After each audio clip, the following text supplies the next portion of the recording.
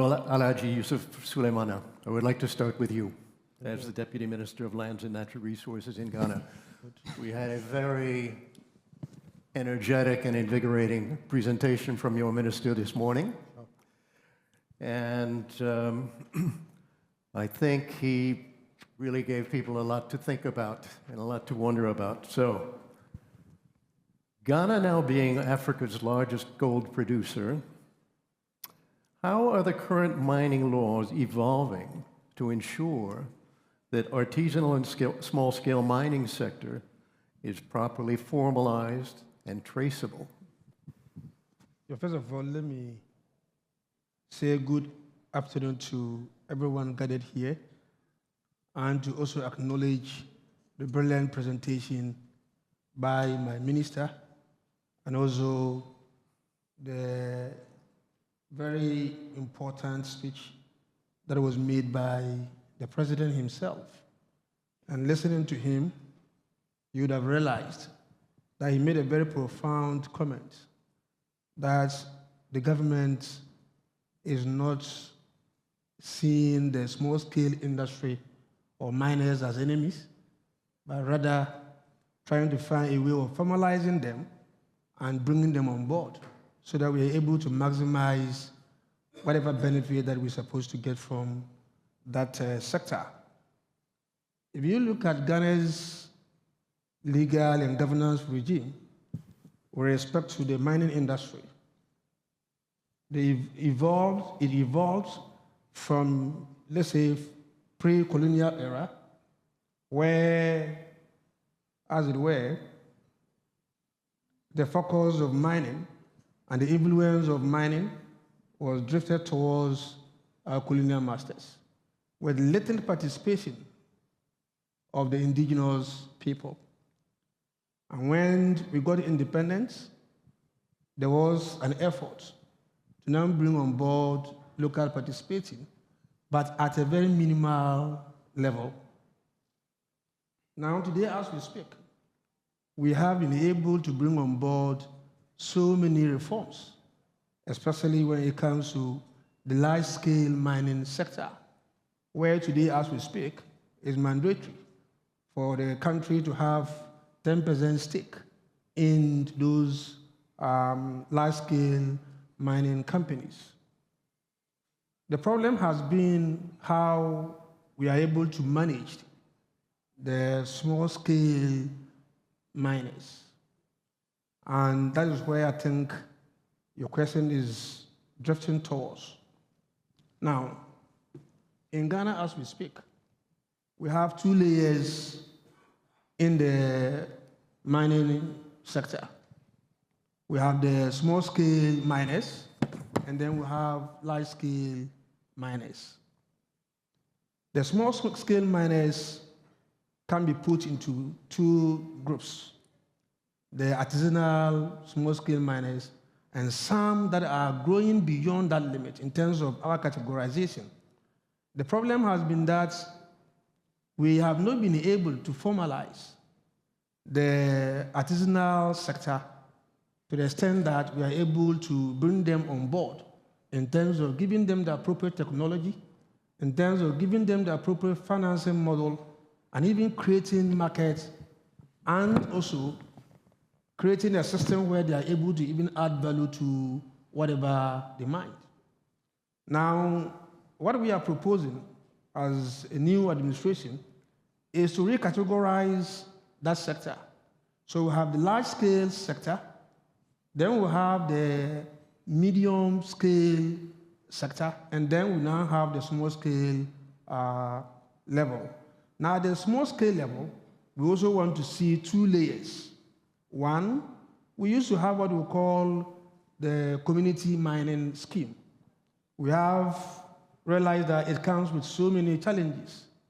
And earlier on, we all heard my minister making a presentation and lamenting on the fact that some people just take licenses to communities and say that I've been asked to come and take this piece of land to mine, when the owners of the land, so to say, have not been involved. And so whatever benefit that comes out of it is carried away. The consequences of mining, the problems that they are likely to face in terms of environmental problems and water pollution, they now have to bear the consequences. The investor or the person who has come to mind is gone with his money. So the approach is that this time we want to ensure that in terms of policy, in terms of regulations, we have a legal regime where we allow the indigenous people to be able to own part of the business so that they can benefit and benefit very well. So what are we doing? What we are saying is that we are now moving away from the community mining to what we want to call cooperative mining. Now, looking at the model, we want to ensure that we decentralize the process of even licensing the small scale and, for that matter, the community, and for that matter, the cooperative mining. So, for you to be able to get a mining lease as a cooperative, you have to first of all get in touch with the community, the chiefs and the traditional people who are the custodians of the land. Once you agree with them, then it moves to the district assembly level, where we are going to put in place a committee. And that committee will do the assessments. Once they pass you, then you now come to Minerals Commission for the necessary documentations to be done before you get to the ministerial level, where you'll be given a certificate. If you do it that way, the people who own it, the people will benefit from the process, and the people are going to now be the ones to decide who mines where. Hitherto, like I said earlier on, you have a situation where people just drive to the communities, and the next moment they are mining where they are not supposed to mine, because, for instance, somebody has a cocoa farm there. That's not their business. In some cases, you know, our people, they have certain specific areas that they don't want anybody to mine there, yet once they sit and you come and say that this is where you're supposed to mine, you go ahead to mine. So that's what we want to do at that level. Now, where we have individuals who have the capacity to be able to have small-scale mining schemes, the legal regime will be that these are business people. We allow them to also do whatever they want to do, but we have to regulate them.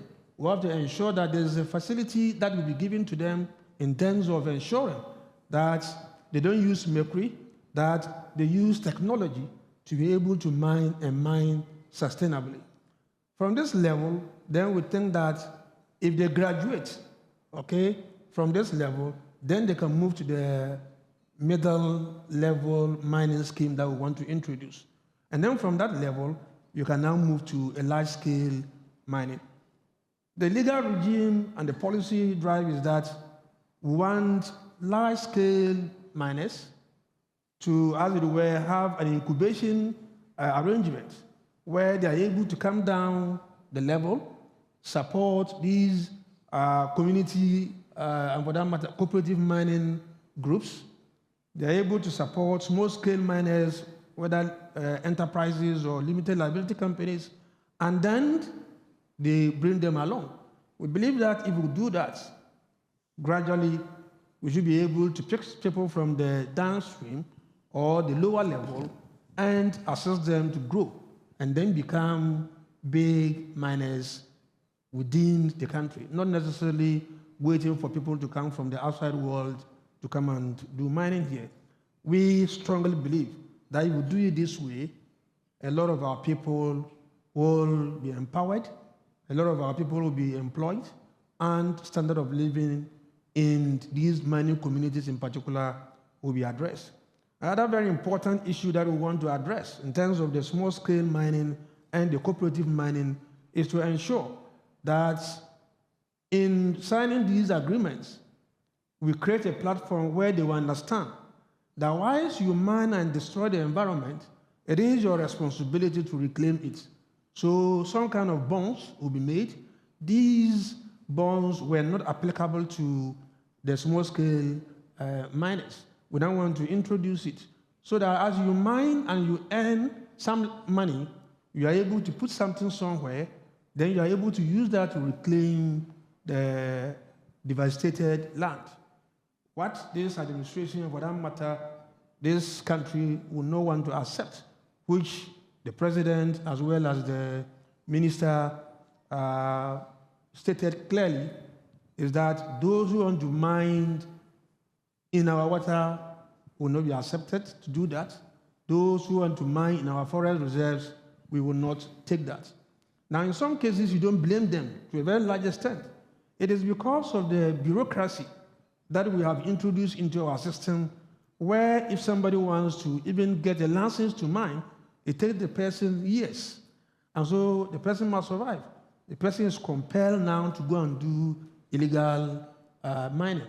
We believe that if we can introduce systems in place to ensure that if you want to get a mining lease, the time around time is very short, you're able to get it and get it quickly, and then go and do your business. This is the time you can now tell the license holder that these are the things to do, and these are the things not to do. And he's not in a hurry because nobody's chasing him.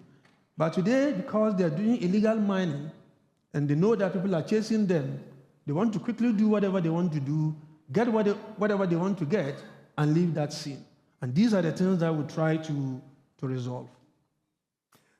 You made a number of important points, and I think the first thing that's very important is that traditionally, mining law has been imposed from the top down because it's the state that owns all of the resources.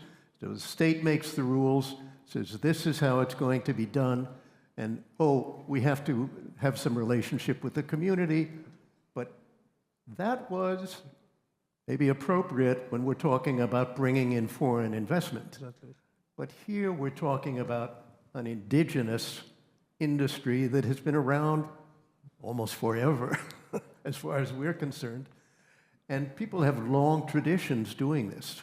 And they've done it with resources that are national, without foreign investment.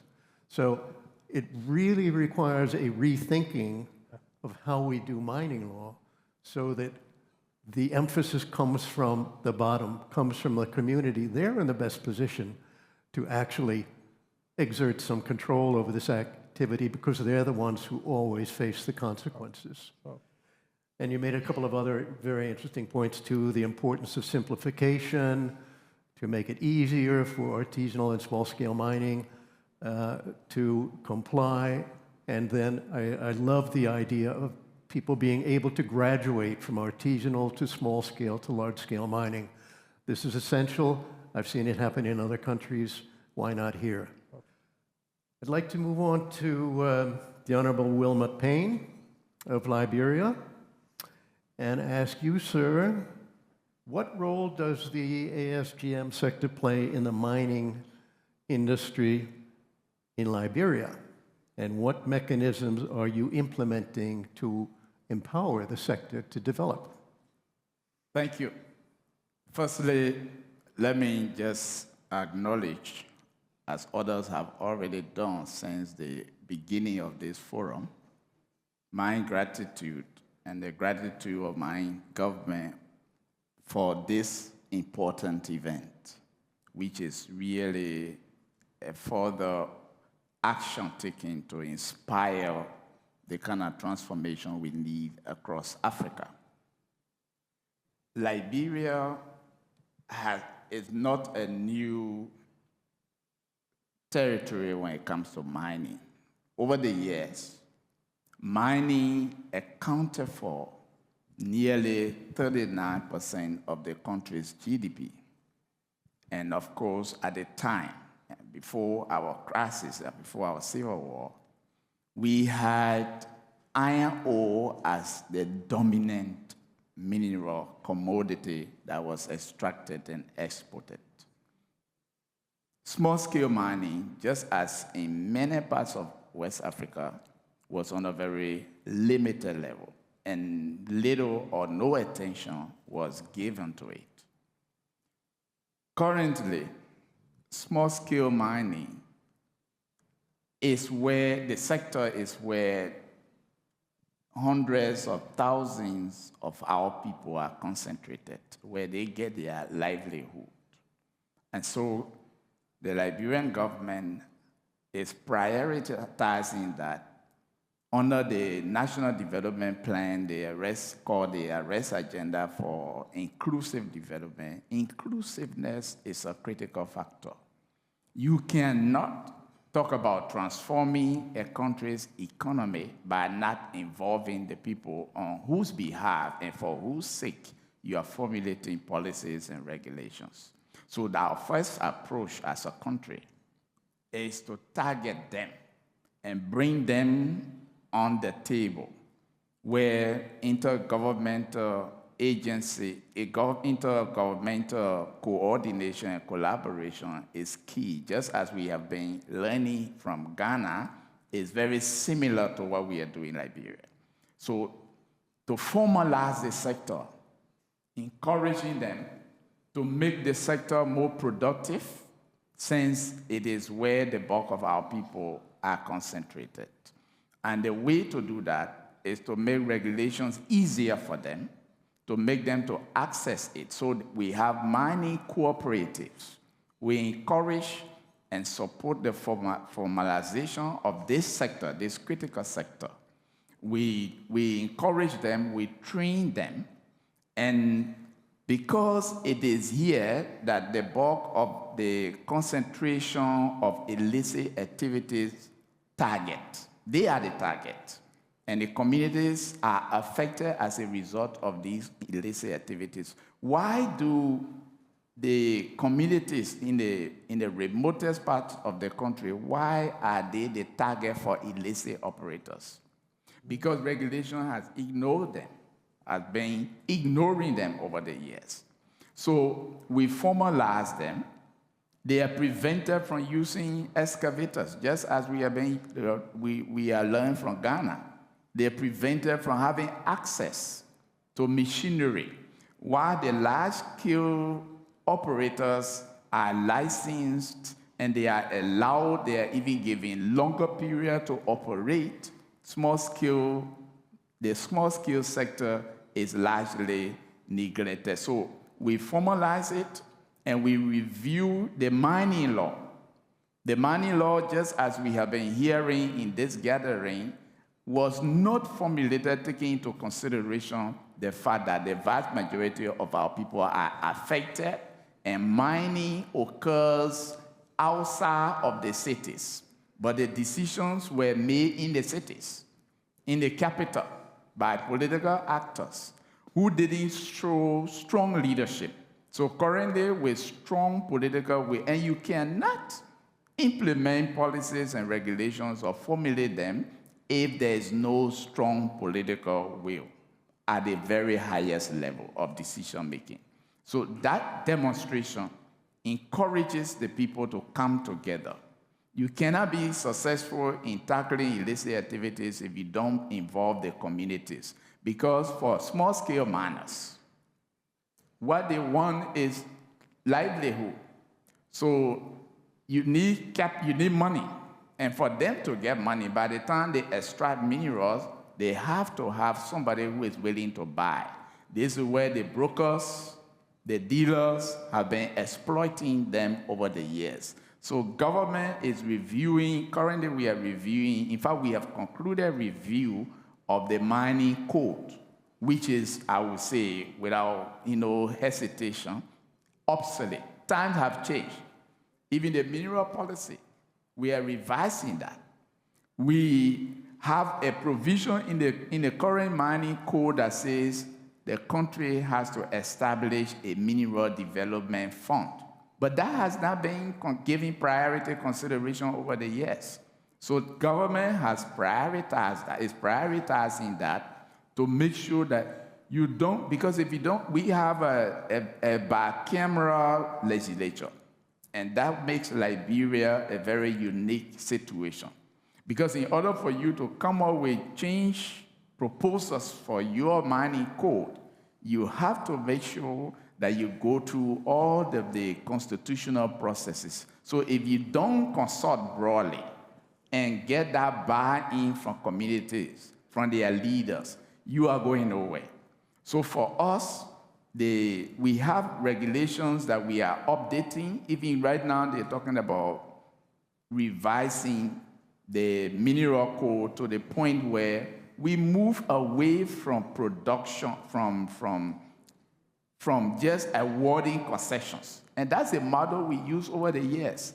We award concessions to big multinational corporations who just extracted the resources, no consideration.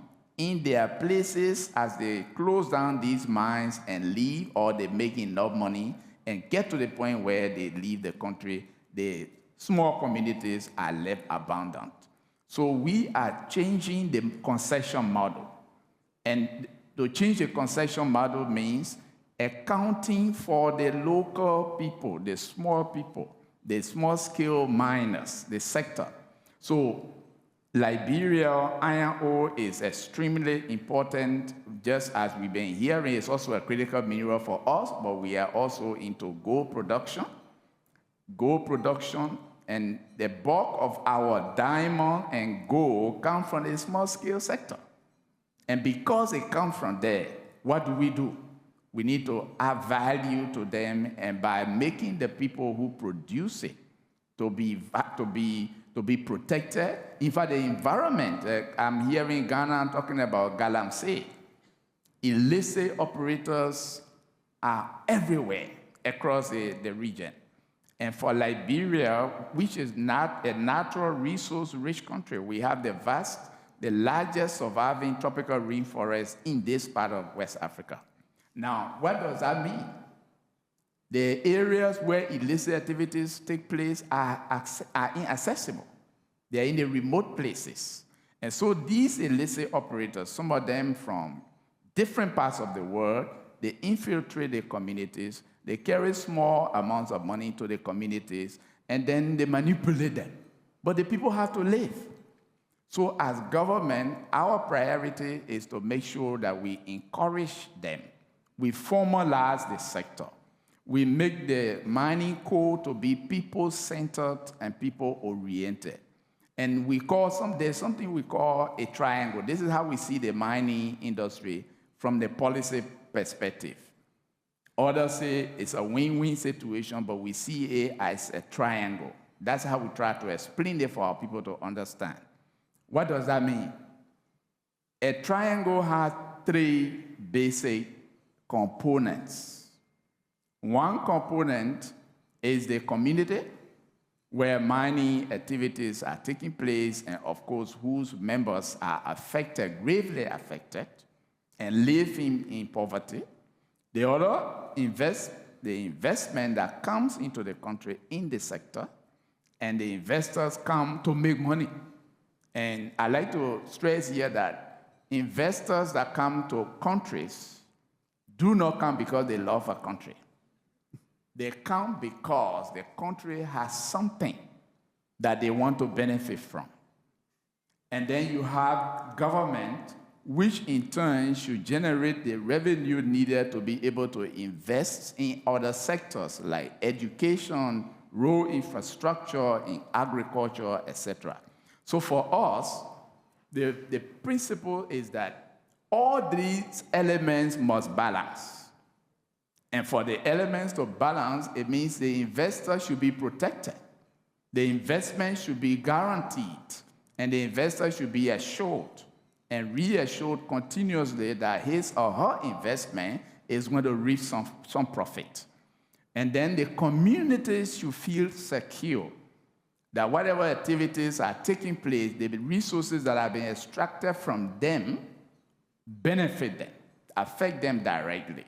And of course, government should be able to get a revenue from these activities to invest in other sectors. So you have to have a balance of all three. And the community large scale, we are concentrated so much on large scale mining activities to the point that the small scale miners became vulnerable. Because they are vulnerable, that's why they entertain and embrace illicit operators. Because they have to live. It's an everyday livelihood situation. So we are revising our mining code. We are hoping that We can go on to make sure we actualize the Mineral Development Fund provision in our law, which portion will be used to support them, to train them.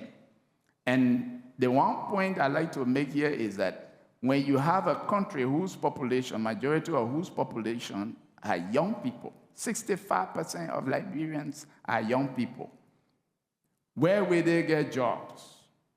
We have to add value to their lives and make mining, small-scale mining, which is attractive. No longer do you find people being attracted to agriculture in Liberia, because over the years it was expensive to do agriculture because it's just for subsistence, and agriculture has to be improved.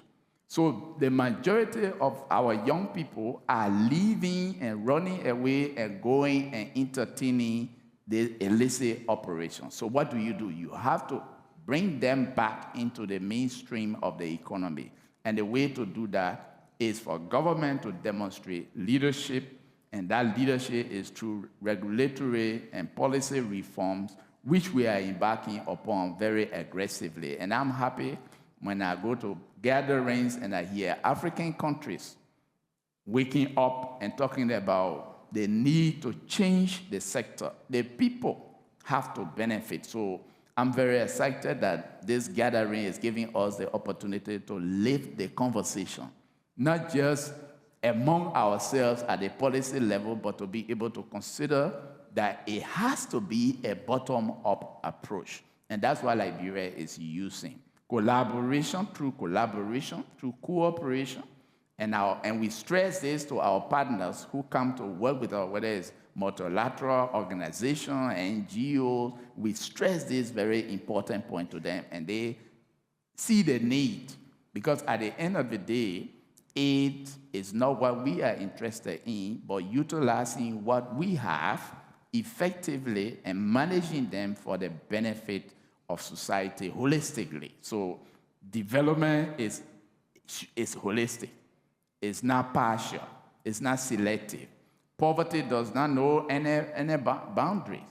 And so it's important for us to underscore that without involving the communities that are affected, the people who benefit, the people whose actions or inactions should be able to transform the lives of others who we represent in this room, those of us who are policy and decision makers, it is all but necessary that we focus our energies on how to make the most of it. And cooperation is very key, and even between countries. Because small-scale mining activities, the illicit operators don't know borders. They don't know boundaries. As Ghana strengthens its regulatory environment, they cross the border and they look for vulnerable localities. There are countries where regulations are weak, where law enforcement is behind schedule, where corruption is thriving, they find their way to those other weaker communities. That's why regional cooperation, state-to-state cooperation will help us, because that's the only way we in West Africa, for example, can succeed effectively in addressing the issue of illicit operators. So small-scale mining plays an important role in Liberia, and regulating them to bring them into the mainstream of the economy is extremely important. It's a priority consideration being taken over by the government of Liberia. So it's very key. Thank you, Honorable Minister Payne. That has been such an interesting presentation. I would like you to continue forever, but I also need to move on to our next panelist. But I want to say before we move on that there was a lot of circularity in what you were talking about. Yes. Regulating from the ground up, but also investing in young people so that they can then develop the sector can generate more funds, it goes back to the community, goes back to the government, gets reinvested, more training for youth. We develop the industry that way. I think that's a very key concept there. I would like to ask our next panelist, Honorable Dr. Kenneth Zikale Ngoma, who is the Minister of Mining in the Republic of Malawi, who has traveled a long way to be here today. How is Malawi's agriculture, tourism, and mining strategy prioritizing ASGM growth? Oh, thank you very much.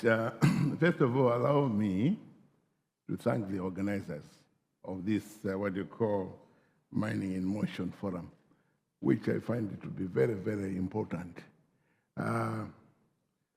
Malawi is new in mining and would want to unlock the mining potential.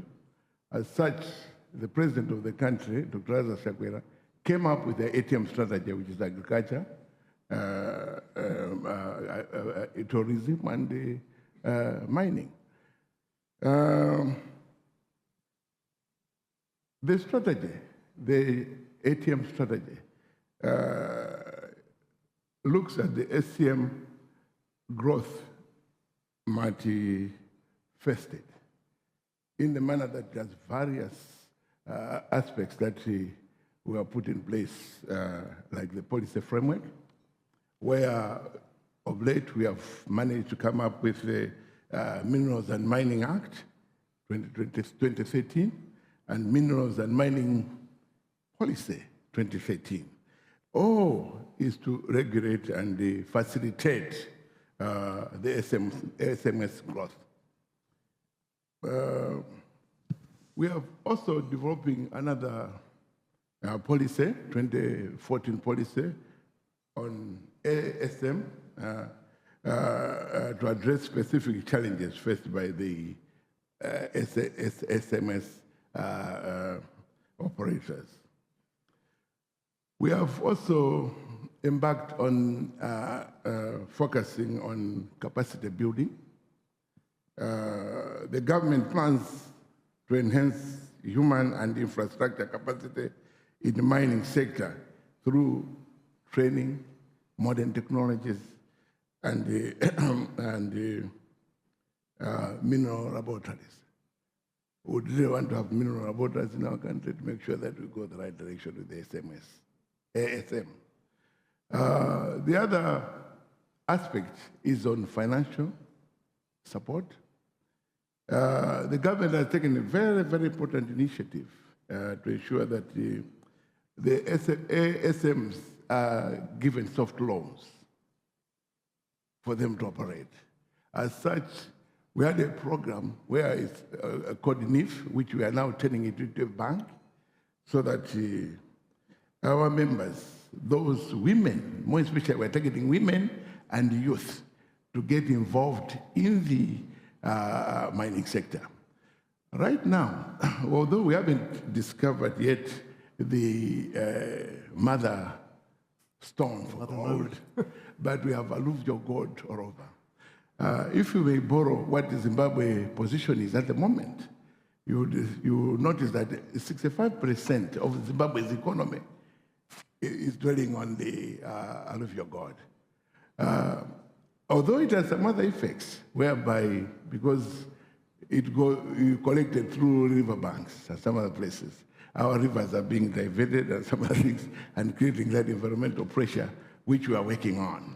Hence, those policies that we have put in place. Another aspect is on marketing and promotion. There's no way an SMS would do better if we would not understand the marketing aspects of the entire thing. It would not understand the market itself, and would not be linked up to people that are of experience and are knowledgeable in order to get them involved fully and have that capacity and transfer of knowledge and gain the experience through the process. So marketing and promotion aspects, the government is in the process of creating what we call market links through commercial banks and standard banks as additional, because they have already structures that are already existing and would want to make use of them. And this will help. Instead of having security all over, you send a security officer. That security officer will be involved in that illicit trade. But if you have a market point where it is closer to the ASM operator, you'll be able to go and sell the product quickly before the illicit traders come in. So that will help curb the whole process of smuggling without too much interferences through the bandits and other groupings that evolve during the process of mining.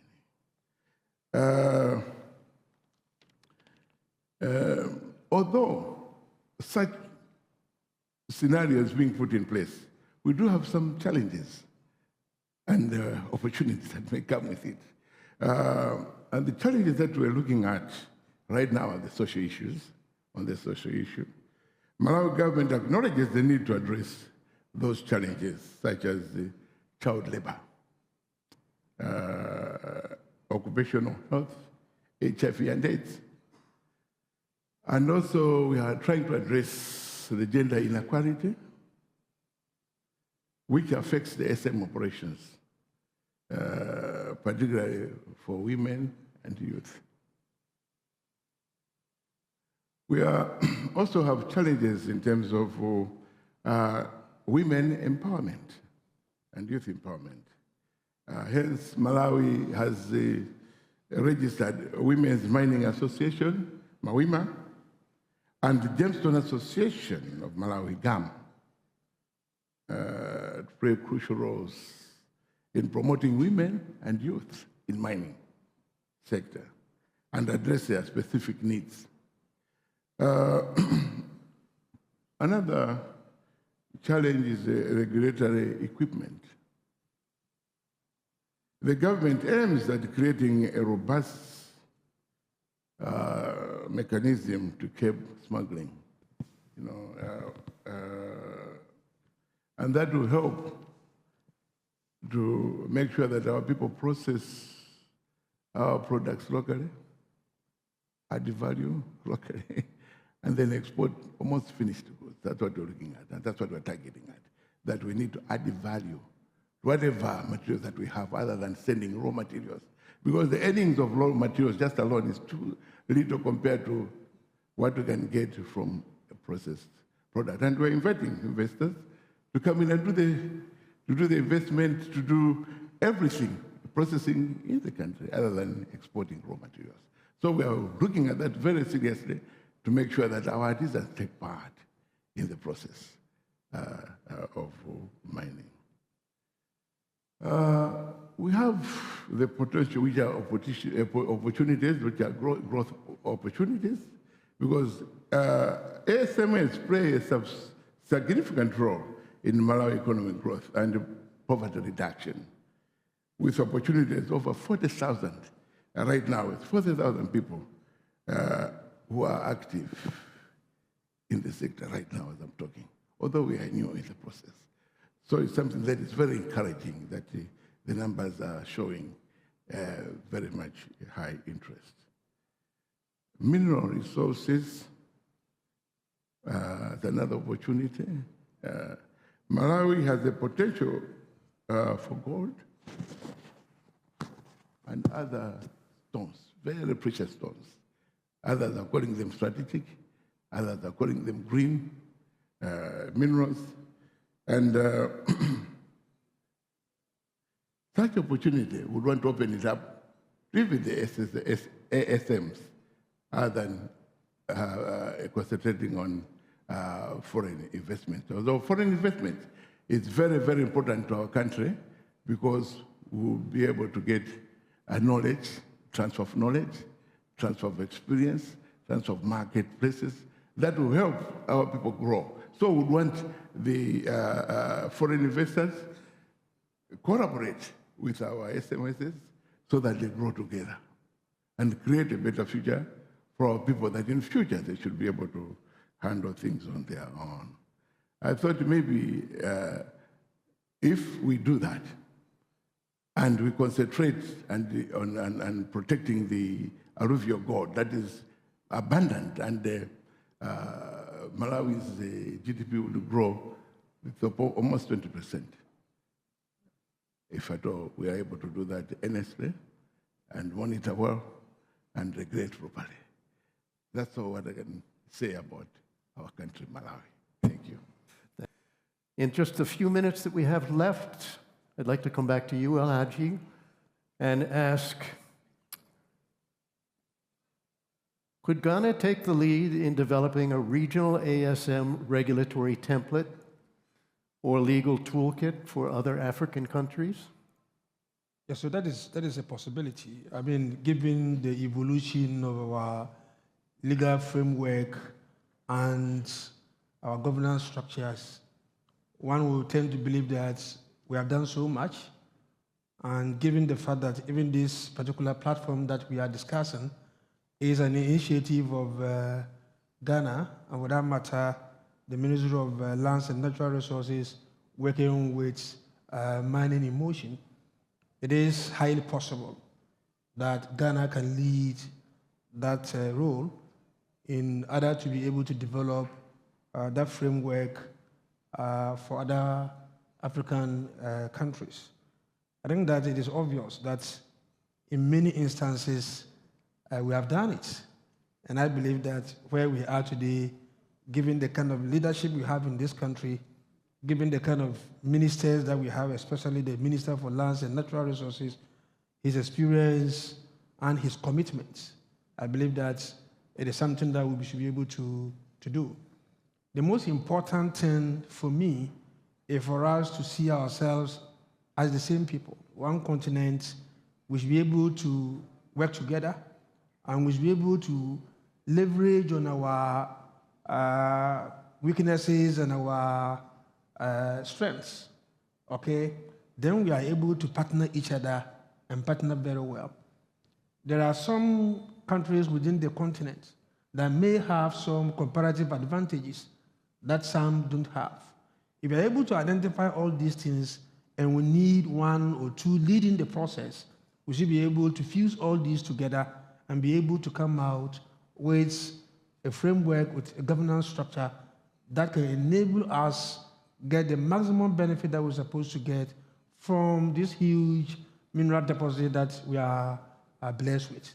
And so I think that it is something that Ghana can do, and I believe that we are willing to take the lead.